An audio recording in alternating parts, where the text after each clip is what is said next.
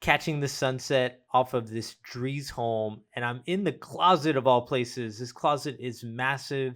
It's access to the owner's shower, and you'll see throughout this home high-end upgrades, very tall ceilings, and opens up really well. You'll want to stick around for this one. Hey everyone, Raj Sahu here, realtor in Austin, Texas, back with another model home walkthrough. Today we're going through the Channing 2 plan with Drees Custom Home. This plan is over 3,600 square feet. It's a one-story, it does have a two-story option, which I'll get into in a second. But I want to first show the front of this home. Very rarely will I show this much of the front of the home, but very rarely does it open up like this with double doors, a front patio sitting area. And I also just had to capture this sunset in Austin. I mean, this is in November. I mean, it should be very cold in most of the United States, but this specific day, it was about 70 degrees, beautiful. I love living here, especially growing up in Pennsylvania, which I do miss parts of PA, but nothing beats Austin. Getting into the model home, this plan can be anywhere from 4 to 5 bedrooms, 4.5 bathrooms. In this specific model home, it does have 4 bedrooms and a 3-car garage. We won't see the garage because it has the builder agent's office, but even though it's a one-story, you'll see such tall ceilings, opens up really well in the common areas, and so many good upgrades. I find when people look for a premium builder, there are great premium builders in Austin. Drees tends to be at the top of the list, and I think they do the high-end premium build very well. We'll see that here as we walk through this model home. We'll start in the kitchen. So in this kitchen, I love the upper cabinets with the glass insert, the under cabinet vent hood there, and then the oven. It's actually a double oven on the side. And this is a great example of what Drees can do in a kitchen area that is very open. High-end upgrades, feels with very tall ceilings, and then opens up to the living room. Really great job with this space. Now this is going to be the Butlers Pantry. So this is normally just a pantry with some shelves in it, but of course this is a model home, so they tend to upgrade it to a very high degree. If you're ever interested in this plan, it's very important to understand the differences between the model home that you walk through and perhaps an inventory home that you're interested. Also, you want to ask what the design averages are for upgrades in the community that you're looking in, and understand that that average is probably not even close to what they're doing here in the model home. So just take everything that you see here with a grain of salt and understand the flow of the space. Like, imagine looking off of this farmhouse sink into the common areas with those tall ceilings and those transom windows on the back, and then a very open dining area as you see here that has good depth in it, and again, good windows. I think the windows are very key. I think a lot of builders that do high production just put 3x6 or 3x7 windows, very standard. It's just very different when you're in here with all these picture windows and transom windows that are on that back wall. Now, off of this dining room that we saw there in the kitchen, we actually have a game room area here. So this is kind of like a separate sitting area if you need a little bit more privacy from the living room compared to the game room. They have this space here, and this is what it really takes at 3,600 square feet. It's usually the amount of square footage you need to have all these different things in the home, like 4 bedrooms, study, game room. Very difficult to get all those when you're under 3,000 square feet. Now, I just pointed to that doorway. That would actually be access to your garage. They have it open because it goes into a builder agent's office. So you want to ignore that opening that I was pointing to. Again, that would be your door access to your garage. And of course, this is the laundry area. So there isn't a washer and dryer here because nobody's living here. But that cabinetry that you saw there is usually an upgrade that you can do. It is one of the costlier upgrades. I think actually most people underestimate the cost of cabinets. They are fairly expensive. So something you definitely want to weigh in when you're looking at this plan if you value that extra storage space. Usually it'd just be like a hanging shelf with maybe a rod there.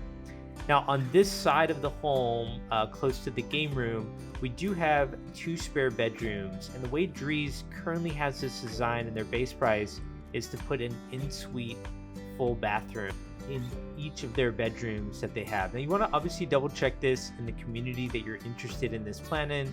It can certainly change from community to community and can even change over time. But I love this type of design simply because if you have somebody elderly staying with you that needs a mud set shower, which you just saw in there, a walk-in shower, it's very key to work with a builder that usually does that. Almost every single builder I've seen will do that only in the owner's bedroom, but very few builders, unless you're on the premium end, will do that in a separate bedroom. And I find the tough part that most people don't think about if they're housing their parents or somebody elderly that they don't want stepping into a bathtub is, unless they take the owner's bedroom, where do you put them? And with Drees, usually there's an option for that if you're building from scratch. And even if you're not building from scratch, you're looking at their inventory home. I find inventory homes usually have an upgrade like that that's already in the home. It's, of course, you want to double check that, but I've been seeing some of the upgrades that most builders will try to hide, just because it keeps their price lower if they don't have to do that mud set shower, simply because a mud set shower does have to go into the concrete to get lower, so you have to step above it for like an acrylic pan or something like that. It's an upgrade that I find most people overlook, so I hope that made sense. And of course, we are in the second spare bedroom now with another in-suite full bathroom. Now this one has a tub. Generally speaking, putting in walk-in showers in every bathroom, I would say, is fairly unusual. They just did it in two of them in this home. Obviously, we'll see the owner's suite here coming up that will have a walk-in shower that you saw at the beginning of the video. Overall, Drees tends to design these homes well, thinking about what homeowners want in their homes. They use the feedback and then they tend to design these homes in that way. Powder bathroom's a good example. I love that designer tile on the floor there. You can have a lot of fun in a powder bathroom in terms of design, and I think that tile pattern's a good example of it. That's also a good example of just the flow of that space. A lot of times people don't think about, well, what if I have guests over just for like a temporary time period, maybe like a dinner party? Do I really want them accessing a full bathroom that my parents use, or somebody staying with me or my child uses as their full bathroom? Do I want them walking through a bedroom to access their bathroom? No, the answer is no. And a lot of people don't look for powder bathrooms. Something small, but I find can be very big depending on how you plan on using this home. Heading outside, I love this patio space. This is an extended covered patio, so the covered porch would usually cut off right where that dining room ended. Again, this can vary from community to community, so you want to verify these things. Right now, we're actually in Northgate Ranch in Liberty Hill, Texas. It's funny, I actually just left a party where somebody had told me that they thought Round Rock was blowing up, and they just moved here, so they didn't realize Round Rock's already blown up. There's a lot of congestion there, and I don't want to say any bad parts about Round Rock. There's some good parts, certainly, especially like West Round Rock in like Brushy Creek, beautiful area, but that Round Rock's not blowing up. That's already happened. Liberty Hill is blowing up as we speak. There are huge communities going in here. We have big builders dialing into this area, buying up land, starting new communities. Very, very premium high-end builders. I'm talking about on 70-foot lots, 80-foot lots, even 90-foot plus lots. And they're not all huge ranches that are all peaceful and serene. There are some communities here that have a lot of action, a lot of fun, food trucks in on the weekends, everybody walking around towards sunset, and just a lot of excitement. And I think a lot of people are cautious to go to the suburbs. They think it's going to be boring, but they don't know some of these communities. And so I'd recommend exploring this area. In my opinion, Liberty Hill will be one of the top emerging places to live now until 2030. Mark my words here. We'll see what happens. Moving along to the owner's bedroom. Love the tray ceiling in here with the beams running across the ceiling. Really takes your eyes upward. Great windows on the back wall. I mean, that back wall is basically just all windows. I think that's really important natural light, especially in the morning, is so great to wake up to, especially if you're not a morning person, such like myself. It's so nice to just kind of wake up. There's a lot of sunlight coming in. And I can't tell you how much of a difference that makes. I lived in Pittsburgh for 10 years. Pittsburgh was ranked, I believe, 4th in the United States for least amount of sunny days in the United States, continental United States, not including Alaska. And number 1 on that list was Seattle. So if you're watching this from Seattle, reach out to somebody here in Austin, Texas. I'm telling you, we have hills. We have hills, maybe not mountains, but we have hills that remind so many people of like the beauty of Seattle, but the weather is drastically different. And not hating on Seattle, I love Seattle. I met my wife in Seattle, but it's just different here. There's a lot of people moving here from Seattle. I think it actually gets overlooked because everybody focuses on California. But anyway, I digress. Let's go on into this owner's shower. Love the space here. I don't know why the coffee machine is over there. I don't know if that's really necessary considering your kitchen's right off the owner's bedroom, but hats off to the designer. I guess they were trying to think outside the box.